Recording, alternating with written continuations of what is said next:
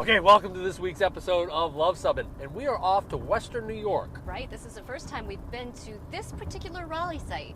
Right. And there's something special about this one. Yes, this is going to be right near Buffalo, and it's going to be 4 days of boondocking. That's going to be a first for us. I'm not sure we've ever boondocked for 4 days before. Yeah, I think 3 days is about as long as we've ever gone, so... And that was at the Finger Lakes Wine Festival. Yes, and this video is going to show you how we boondock with one single crappy lead-acid battery. Hopefully. And 140 watts of solar. Yep, we're going to see if we can manage to make it through 4 days of boondocking without touching our generator.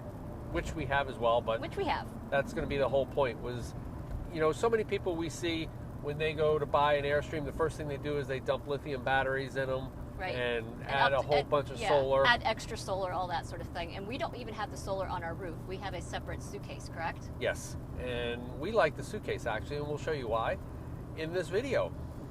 All right, let's go ahead and talk a little bit about our solar setup. We've got a 100 ampere hour flooded lead acid battery that's just over 4 years old. I've been trying to kill this thing now for years, but it just seems to keep on going and surviving as a decent lead acid battery. So it's just one, okay, that's it. And you can see that here. And we have a 140 watt Zamp solar suitcase. So at 140 watts, you know, putting in 12 volts or so, it's rated for about 10 amps it can dump in every hour. And it never does that. That's on a sunny day, right? That's on a super sunny day, super perfect angle, super everything is just absolutely ideal, super clean. It can dump in about, but it never does that. The highest we see it usually is around 8 amps or so. Currently, we're all full up. It's noon, so by 12 o'clock in the afternoon, we're all entirely charged from last night. We are running on an average over the course of the last 2 days, as you can see on my Victron battery monitor, about 0.88 amps per hour is what we're using. So we're going to do a quick little demonstration here to show how you can calculate how much solar you need based upon how much power you use. So let's bring in my able-bodied assistant and let's get into some science. All right, let's pretend that this cup is my battery or battery bank. And you can see I've got a 100 ampere hour battery, okay? But at this line, I've got my lead acid and my AGM line, and that's how much juice I've got. And in this line, really, I've got my lithium, because the lithium battery you can drive right down to zero depth of discharge. Okay, so how much can you drive down a lead acid battery? About no more than 50%. So that's why it's about half. So let's go ahead and fill that up. Pretend we've got a lithium battery. That's to that line? Right. And now that's your power coming out. So if you've got a good solar system, all you need to do is add enough solar. Top it off. To top that off. This is a critical point when understanding solar. Solar powers absolutely nothing. Okay, I often hear on the internet people will ask, well, how much solar do I need to run X? Or how much solar do I need to run Y? Solar powers nothing. All solar does is recharge your batteries. Everything's running off your battery. So the key is knowing how much stuff you've got, how much of the energy you have going out, and making sure what you're putting in with the solar is equal to or greater than that. Right. So we're going to top it back off again? Or? Yeah, let's top it back off, pretend we get a little sunshine. Yep. And we just keep it going. Mm-hmm. This is why a battery monitor is so important. You often see, you can see it goes down to a trickle. That's known as lowering the water pressure. So now we're at a flooded level, so let's add a little bit more solar. We had a cloudy Isn't that day. cool how the head pressure pushes that down? So you just have to make sure you've got enough solar to meet this trickle. And that's your demand. And that's your demand. So how do you figure out what your demand is? And this is why a battery monitoring system is so important if you're a serious boondocker. Oftentimes I'll see people post this battery chart. It shows green, yellow, red, and it shows 12.6, you're at 100%, 12.4, you're at 75%, 12.3. That chart is only applicable for a battery that's completely off-load and at rest. So when you just look at your battery and say 12.4 volts, you cannot make really any real assessment. I mean, you can kind of get a picture of it, but you really can't tell exactly. You've got to know that Victron battery monitor. So I know I've got 0.88 on average amps going out per hour. I need to make sure this solar is putting in Cindy's cup It's enough to top it off. at least 0.8 amps, probably, you know, at least 1 amp.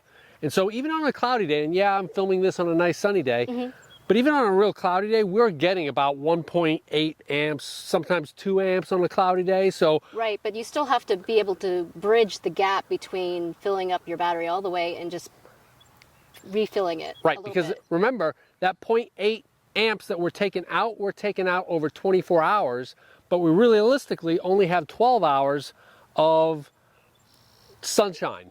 And that's in the summer. And that's in the summer. And remember, it diminishes as the angle of the sun changes. All right, so note, if your power consumption looks like this, hurry up. Ooh, you're going to need a whole lot of solar. You're going to need a whole lot of solar to keep going. I'm not keeping up with it. Right. And so if you're intent, some people ask, can I run my air conditioner? That's probably an example of an air conditioner where no amount of solar is going to be able to keep recharging your batteries. For that startup, right? Right. So you just have to figure out how much battery do I have? Do I have lithium? Do I have lead acid?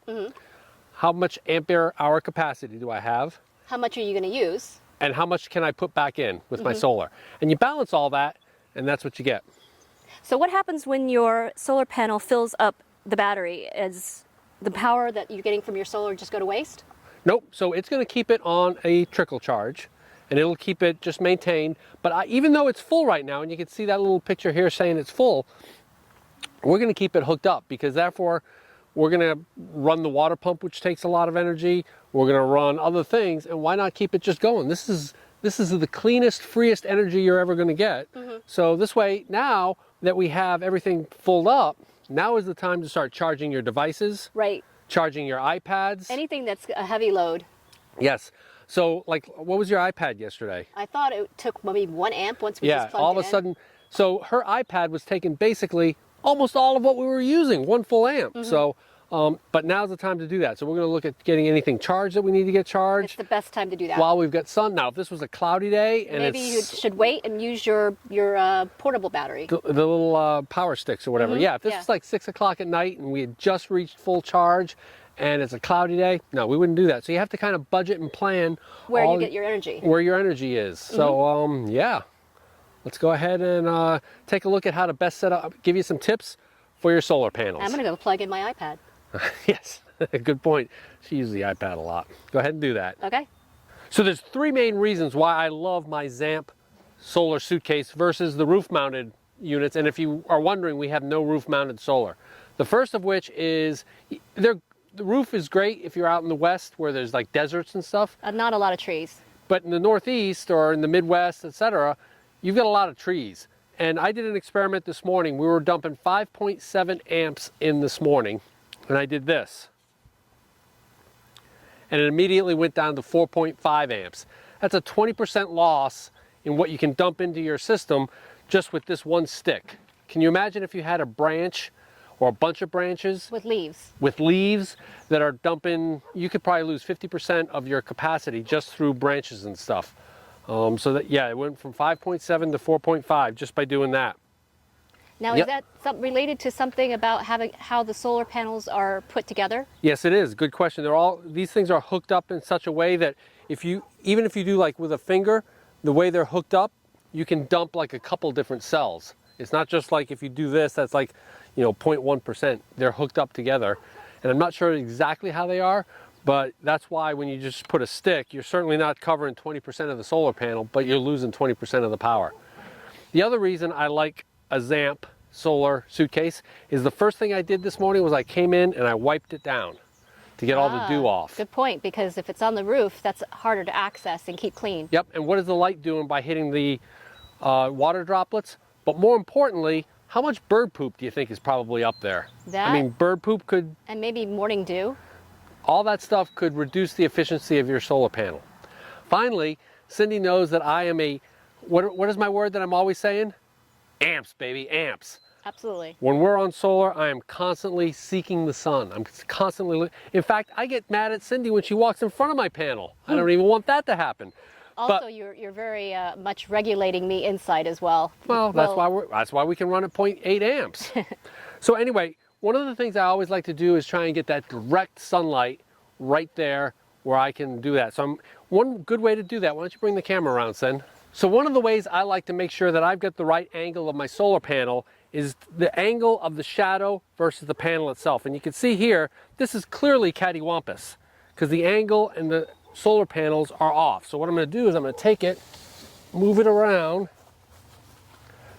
right up until the point that the edge of the solar panel and the shadow are parallel. Right. Therefore, I know that I'm dead on with the sun and I'm maximizing the amount of amps I can dump in. And you can't do that if they're on the roof. You can't, unless you're constantly moving your stream. Yep, that would be difficult. So yeah, that's 3 reasons why I love solar suitcases. So we also have our Honda generator, which is really nice because it's kind of quiet. And we're not currently using it, but it's there as a backup in case we have one of these really wicked cloudy days or maybe rain and we can't get our solar out. And maybe can last on our lead acid battery for probably 2 days, maybe pushing 3.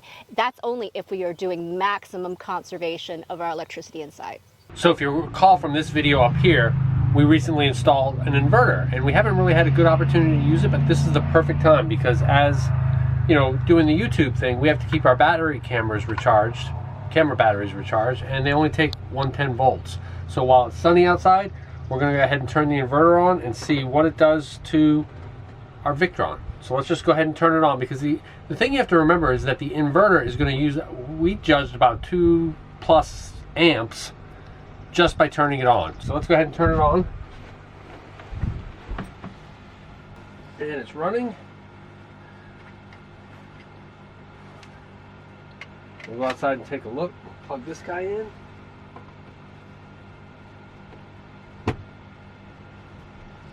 And as you can see, the camera battery is charging.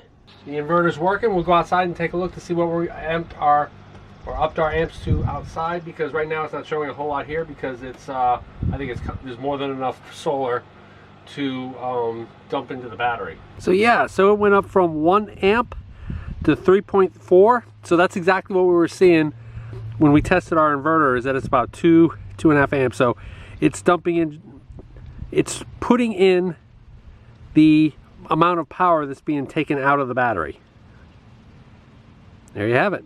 So a lot of new RVs these days have plugs right on their rig where you can plug your solar into your plug and everything works if you don't have it on the roof.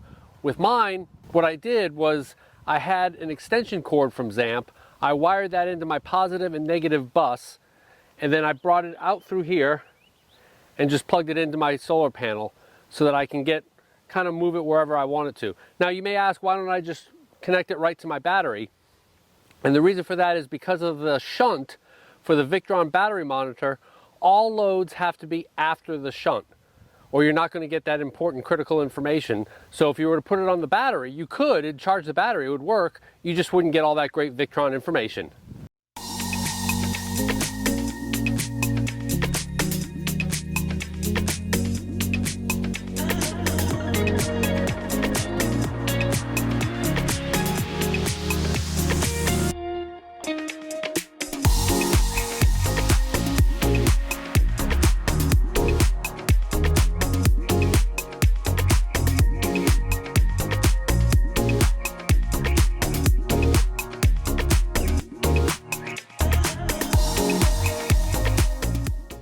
And this is one thing we installed in the bathroom, as you can see where I'm at, is this porthole, which allows us to use the bathroom without having to turn on any lights, another boondocking step. So this was actually added. We did not have this when the Airstream was bought, so yet another way to save power. And this is another irritating little part of the stove, is that the red little thing to show that the stove is on, you can't turn it off. It has to stay on. And that takes 0.05 amps, and there's no way I can turn, I mean, I could rewire the stove, but I'm not going to do that. Yeah, somebody who designed the stove wasn't thinking about boondocking. That's 0.05 amps, completely lost, never retained. So if you have a choice between a USB port and a inverter, you should always use the USB port first, because the inverter is going to take energy on its own. So if you recall, earlier in the year I installed this USB port over our 12-volt cigarette lighter plug. So we're just gonna go ahead and get this iPhone a-charging.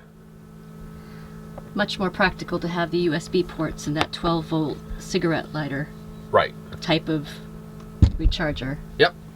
So, good improvement. So one of our biggest draws during the evening is my fan that I run during the night, and it draws 0.5 amps per hour. So for a total of 4 amps in an 8-hour period.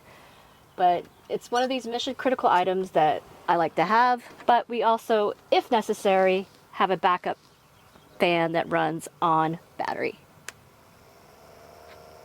All right, well, there you have it. Did we answer the question, can you boondock on one cheap, crappy lead acid battery? Well, let's see, it's Friday, Saturday, Sunday, and today is Monday, and we're still hanging in there, right? Exactly. So the key to the whole thing is knowing, remember the cup, how much energy you're taking out and how much energy you're putting in, and making sure you're putting in enough to replenish what went out.